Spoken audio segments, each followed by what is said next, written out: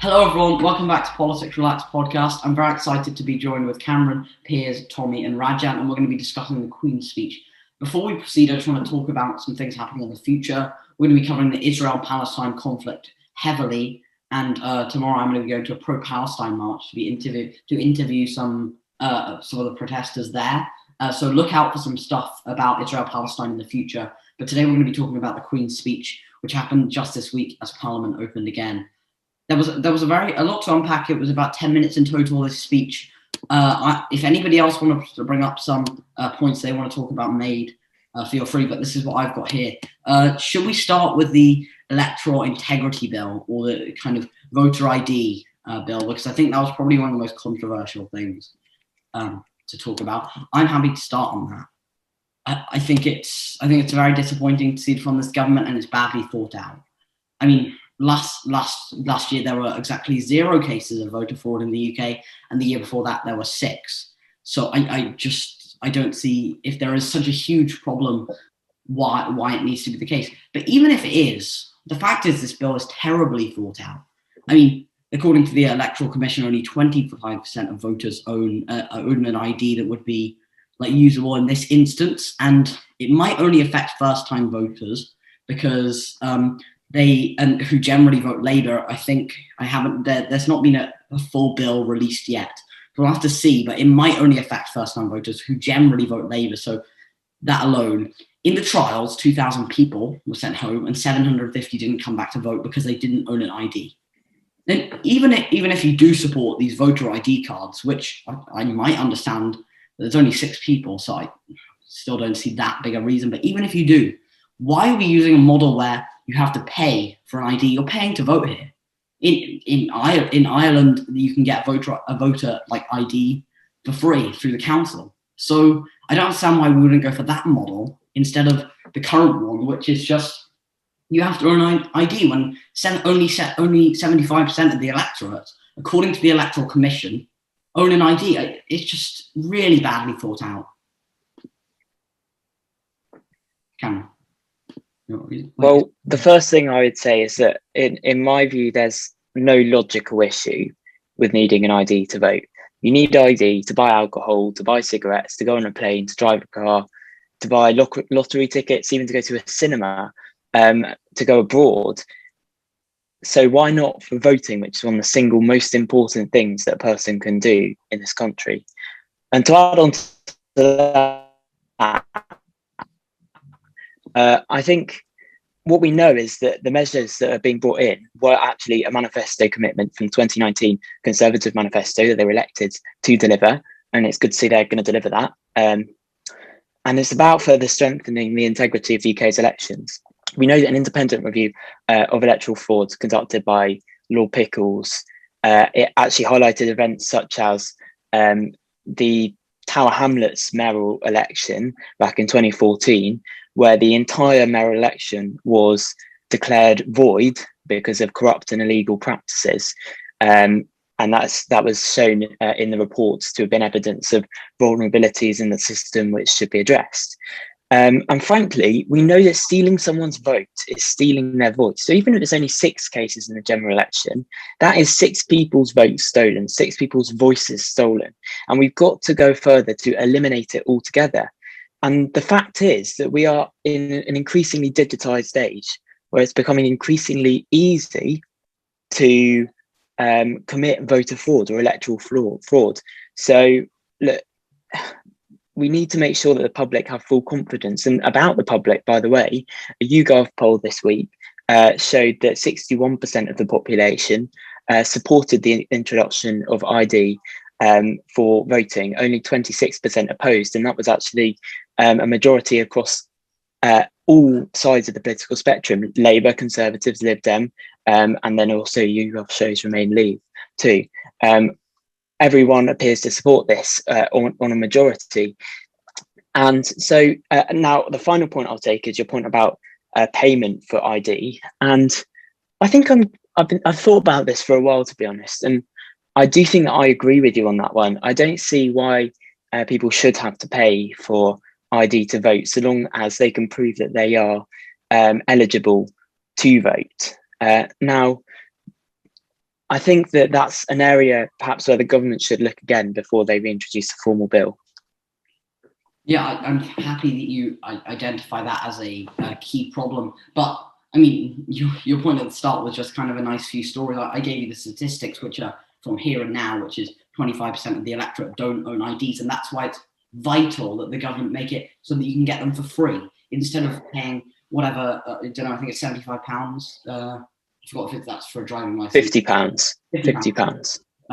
Yeah, so instead of paying £50, it should be free, because there are many people in the bottom of our society and a lot of young people. This is going to affect young people. We're a podcast for young people here, so we should be standing up for young people and saying, look, there needs to be free voter ID. If we're going to go ahead with this, which, I mean, Boris Johnson is contradicting himself when in 2004 Tony Blair talked about something similar. I think he said he'd crumble up his ID and sprinkle it on his cornflakes. So an interesting U-turn, Boris Johnson, but I'm happy that you identify that point. Tommy. Yeah. Well, as I said, I've for a long time supported it, so I can't speak for him, but I have always supported the introduction of ID for elections. It makes sense to me. And the final point I would make on what you said there was that you can say 20-25% of the population don't have ID, but how can they do anything if they don't have ID? I literally started by reading off a list of things that people need ID to do. Basic things like drive, to go abroad, even to buy spray paint. I mean, how can people do it? That sounds like a them problem rather than a problem for the government. But for that to be solved, as I say, free ID is the way forward.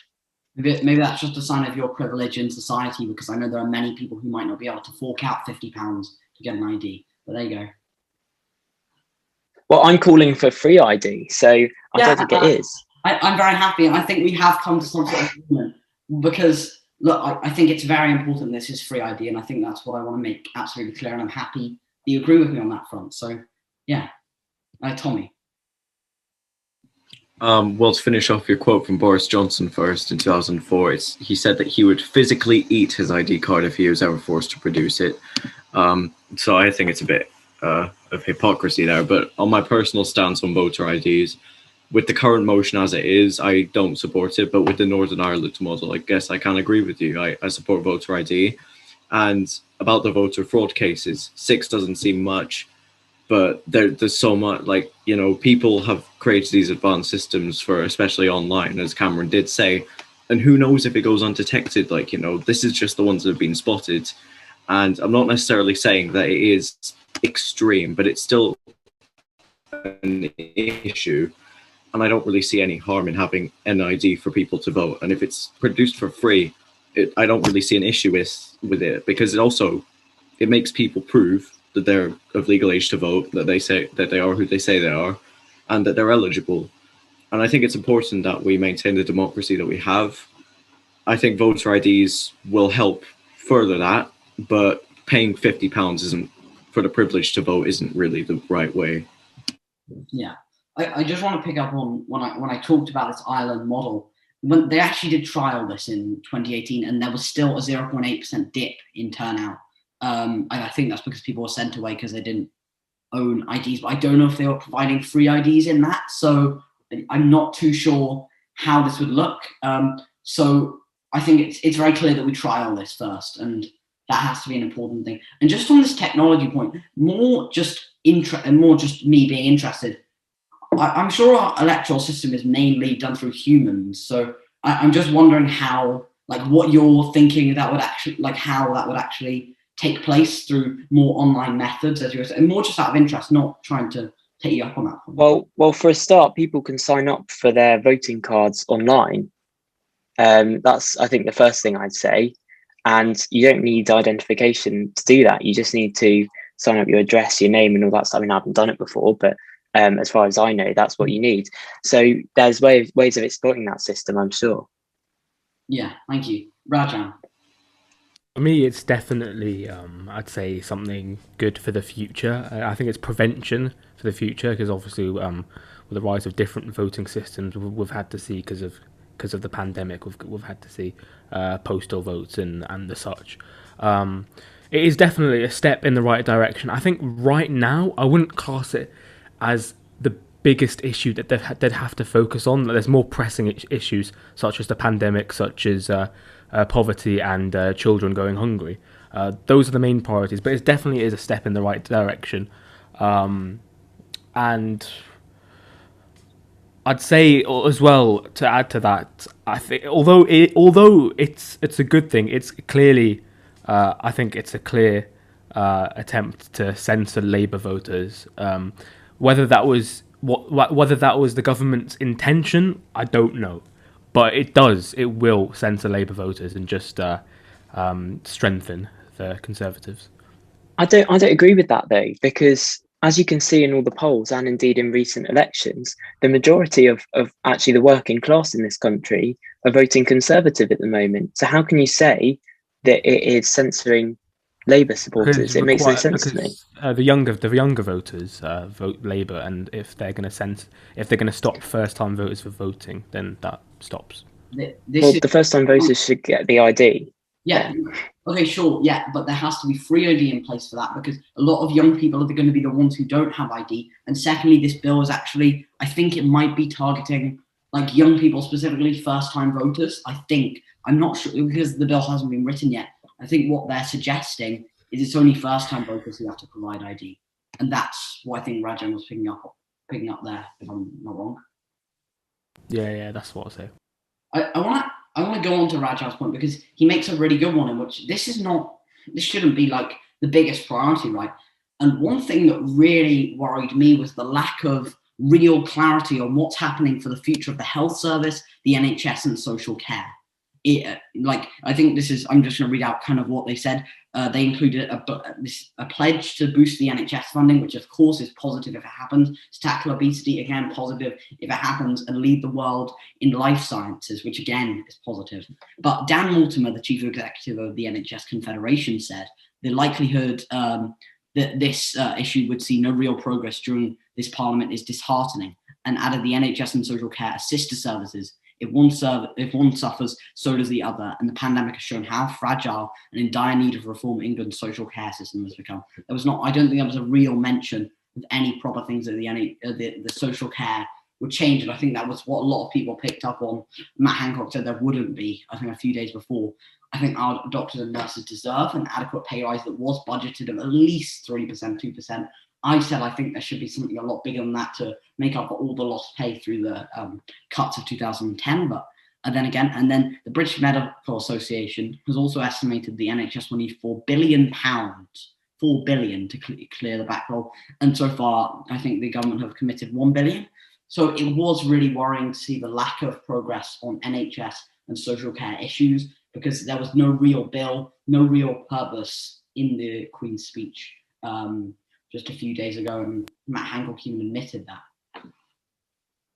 I think just for the sheer effort and heroism our NHS workers have shown, I think that should be the main point that the government should look at. Yeah, and on that, I've got to mention just quickly, our NHS staff need a proper rest, because a lot of them have been struggling from PTSD and overworking. So that's another thing that I was worried they didn't mention. Cameron, yeah. So on the social care reforms, you might know that I've been in support of reforms for social care for some time. I remember when we did our manifesto video, I said I wanted a new social care setup led by like some kind of chief care officer, like we have a CMO at the minute. And reports, I think, in the media are suggesting that discussions are ongoing within government about the potential reforms that could take place to the social care system in order to modernise the system, because we do have a system that's really struggling to cope at the minute. The problem is that they haven't worked out the costs yet, which it's being reported could run into billions. Of course, it's understandable that the lack of a new bill has been criticised by opposition, but I hope that we're going to see it shortly. And all the sounds that we're hearing suggest that it might happen pretty soon. Just to reiterate, I agree with you. Everything you said there is like very on point. And our social care system, our NHS staff, our NHS, like in general, all of them need help. They need reform and they need money. And I think that's a key thing. And that was, as you say, what worried a lot of people, including me. The fact that there was nothing there really mentioned. But yeah, I agree with you, and I really do hope that we can see some movement on all of these issues I brought up in that particular point. And now another thing to mention that I thought was a really interesting kind of bill or promise was the animal sentience bill, which was, I think, actually promised again another Conservative manifesto pledge. And as a vegetarian, I wholeheartedly support everything. It does kind of contradict the fact that every single Conservative manifesto since, I think, 2015 has supported some fox hunting.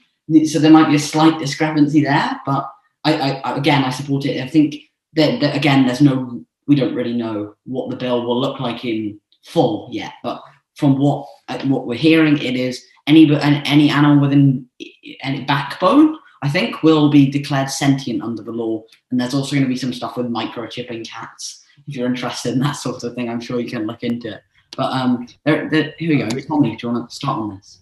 I think I'd just like to say one thing, to say this is a bill to prove that animals are living creatures. I think that's, yeah.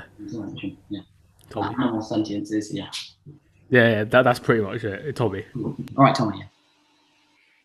After that, yeah. I think animal sentience bill. It's a bit of an odd word, isn't it? Sentience. It's implying that they have feelings, I think, if I'm correct, which means that do snakes say do non-vertebrate animals not have feelings? But apart from that, like up until, yes, you're correct, until 2015 in the Conservative manifestos, they were supporting a fox hunting, and I'm kind of curious to see actually what brought this sudden change on. I think it's probably just been just people voicing their opinions on the issue, and the more issues have come to light since then, and the rising movements for all these things since 2015. But people would call it anti-conservative, I think, because many of the things that we've seen introduced more recently, obviously, I think, are against what the traditional conservatives see them as. But with an animal sentience bill, I'm actually kind of confused that there wasn't something like this before. I thought you would still get arrested if you beat up an animal. Like you have no purpose to beat up like John the dog or whatever. But now I think you get arrested for it if this bill passes, which should have been there before, I guess. So yeah, I think this bill is very important in terms of animal rights. I mean, many vets have been have had their own policies of microchipping cats for years now, and if it's enforced by the government, then that's a good thing.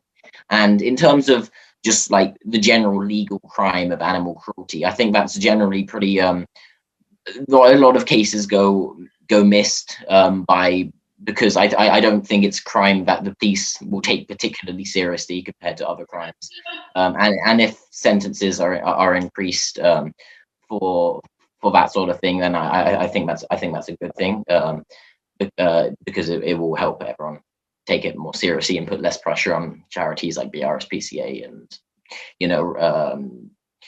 shelters and something and places like that. Yeah, I think this bill is really positive and is going to really push for better standards within slaughtering of animals and within keeping animals as pets. So I think it's a very positive bill around. Another huge positive coming out of the Queen's speech was conversion therapy. They have confirmed now that it is going to be banned within this term of Parliament, which I'm extremely happy about. I think everybody's been calling out for this for a very, very long time. And I'm just really glad that this has finally been confirmed by the government. And I think it's a great kind of thing for every single party. Another thing that was on my manifesto in our manifesto video, that I think is fantastic. Clearly, this is what we needed to do to move forward, to continue modernising as a society. It's a horrific, torturous practice. As far as I can see, the kind of thing that no human should be forced to undergo.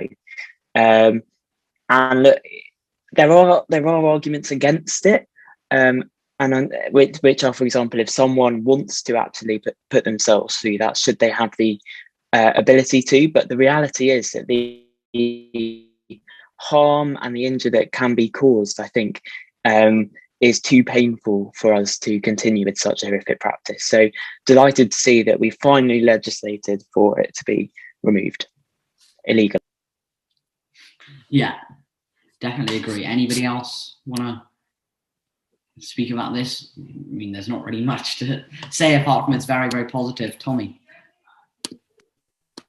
I mean, there's always going to be people who disagree with anything, even like the downright stupid. And I think it's great that we've got something like this passed. I mean, I can't believe it's 2021 and it's taken us this long in the society we live in today to outlaw torturing people out of themselves, like being LGBT. And I think it's a right step forward, and hopefully better things like this will happen, continue to move on in the way that we've been. Mm-hmm. Agreed, 100%.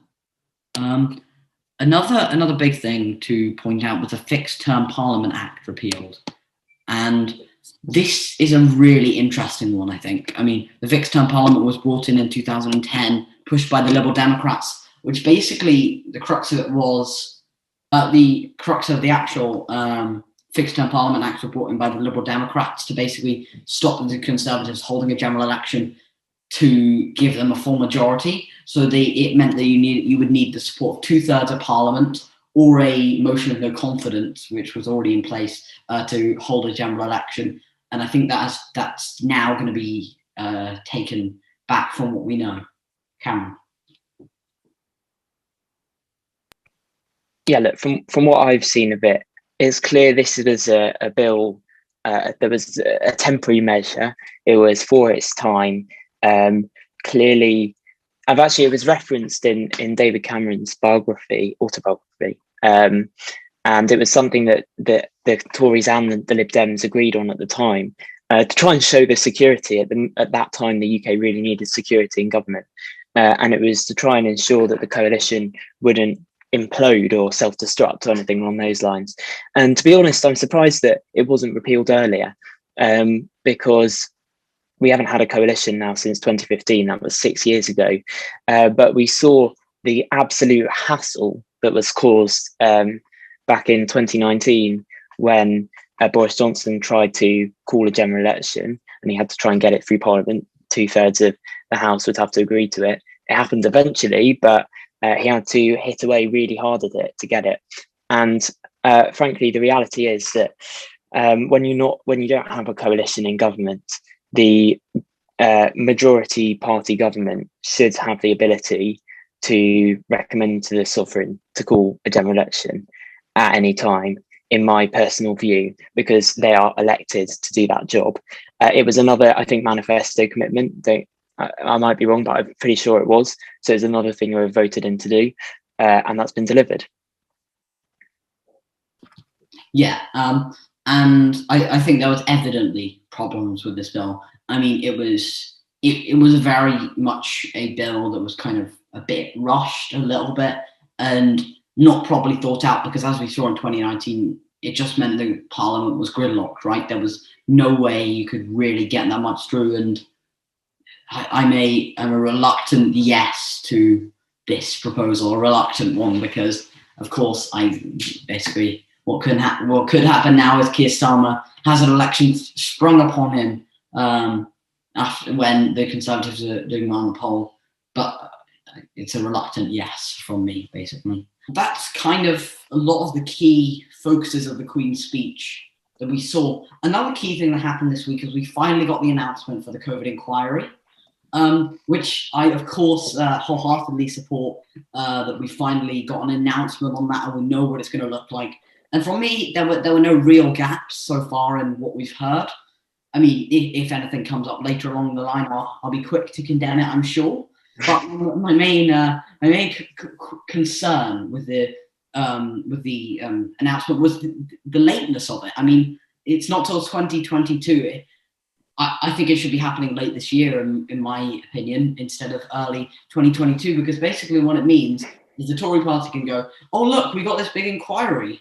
Not till 2022. Then 2022, when the inquiry happens, and it's like, oh, look how terrible the government have done. Or they might not say that, but what we see, it's not been an amazing showing for the government. It's like, oh, the government haven't done very well. Then the government say, oh, well, that was 2 years ago. So now we've learned a lot more, and now we're getting on with our policies. So that's my only real concern with it. Of course, I'm happy that it's happening, but I just think it could be pushed back a little further, maybe late 2021. Just as soon as we're like, at this point, the pandemic is under control. If it carries on as it is, right, we can start looking into this stuff. They should be starting to look at it like soon. And then once COVID has properly finished, then we can like start going through all this stuff. We can start the evidence gathering and the looking about it now. And I don't see why it's got to be delayed till 2022. Well, what I would say is simply that I think it's another example of the government's cautious approach to exiting the pandemic. It's impossible to say whether we might still have COVID around in the autumn or maybe even the winter. We know that we're currently exiting the roadmap out of lockdown. So we believe that the numbers are incredibly low, but we've got stuff like the Indian variants being thrown at us now. I think it's up in Bolton where it's all kicking off. And we need to try and suppress that. The fact is that we're not out of the woods yet, and we're not going to be, I think, for quite a while. The summer will still be disrupted. Restrictions may end on the 21st of June. That's what the government may be suggesting at the moment. But that doesn't mean that the pandemic will be necessarily over. The fact is that in other countries across the world, it's still going to be going on, and there's still the potential for it to be imported. So, and if we were to the government have always been clear throughout the pandemic, they don't want to hold an inquiry while we're still in the midst of it. Now, we're not in the midst of it now, we're coming out of it. But I think it's just important that we make sure that it's fully over before we start to look at all the facts in detail. The first reason being, obviously, the fact that if there are still health concerns, then the whole situation could develop in the midst of having the inquiry. That obviously wouldn't be right. The second thing is that emotions in a period of time could impact the inquiry, and we want to make sure that emotions are low and that the inquiry is solely about facts and based off facts about the government's performance rather than about perhaps people's emotions on how the government have performed. And that might be why they're doing it. So to be honest, I'm not too bothered whether it would be in winter 2021 or spring 2022, so long as we have the inquiry to make sure the government can learn the lessons and to make sure the public knows the full truth about how the government handled this from the very beginning. What I'd say to that is, how about they say, look, if all goes well, which it's looking currently like we might hit our targets, the Indian variant might throw a spanner in the works, but if all of that goes well, then we'll set this date. If we don't hit all our targets and we're not there, then we can go till April 2022, right? If we do hit the targets, though, we can move that inquiry earlier. And I don't understand why the government could just say, look, if all goes well, we'll have the inquiry here. If not, we can move it back. Because to me, it seems like there's a bit of moving it back to kind of shy away from it a little bit. Anyone else want to talk about the great announcement of the inquiry? It's just there's not very much contention. I think, is there? I personally think an investigation needs to be fully conducted once the pandemic is over or close to being over. I don't think it's good to investigate something while it's still ongoing, because otherwise things could change and we could have new things thrown at us. So for now, we've got to sit back and let them carry out their work at the end of it all. No, and that's exactly what I acknowledged that point, and I said, well, how about we have like not a set date, but if it all goes well, then we can move it forward. The reason why I think the government haven't done this kind of moving date, as you've said, is because it would create a kind of unpredictability around the whole situation. And when the government have already been criticised for many months for not announcing the date of the inquiry sooner, for them to say, oh yeah, well, we might have it then, or we might have it a bit later, I think it just clouds the whole situation with more uncertainty. And what people really just want is clarity about the inquiry, when we're going to have it, how it's going to be conducted, what it's going to be looking into. And we've got that set date. So look, I think we should just all calm down and wait for it to happen, and then understand. Obviously, it will be quite a long inquiry, I'm sure, because this has been a year of our lives and it's affected every single person in the population. So an inquiry on the whole matter is going to take a while. But I'm looking forward to seeing the results of the inquiry and see how the government will respond and learn from the lessons. Because I've always said that there have been mistakes in the pandemic in the government's handling. But I think that what we've seen really is the government's performance has improved over the course of the pandemic, and we're definitely at the best of their performance now. No, I agree with that last sentiment. What I just say to the start of it is, how about we say then, this is the set date. No matter what happens, it's going to be April 2022 at the latest. But if all goes well, then we can move it forward and start evidence gathering and everything going on behind the scenes a bit earlier, so that we can get it done as quick as possible, so the government can learn as quick as possible. Then you still get certainty, but you've also got, we want to get this done quickly because we want to learn as soon as possible from our mistakes, so that we can take them as part of our governance. No, I take your point, but the other thing that I would add, and this is just adding another thing into the equation, is that inquiries aren't organised in a day. You have to sort out the personnel, and you have to show that you have the ability to give them all the resources they need. So perhaps that's just another thing that's been taken into account. I'm not trying to make excuses here. I'm just trying to think logically why they're waiting till spring 22. Sure. I mean, that's kind of it. I mean, it's been, I think, an overall quite a positive week after what I would say I was very negative last week, and I was feeling quite disappointed, let's say, with the results of the kind of local elections. I think this week has been very positive, and I'm glad that we're starting to see some changes and starting to see a future for what the UK might look like. So thank you to every single person for coming on, talking about these issues. Thank you to you for watching. Please do subscribe, turn on notifications, because we're gonna, as I said, we're gonna have the Israel-Palestine documentary, or whatever that, in whatever form that's going to look like. But we'll also have some very exciting projects, I think, coming soon. If you want to know more about politics and you want more politics, you can go and read our website as well, and that will all be in the description. Thank you, everyone.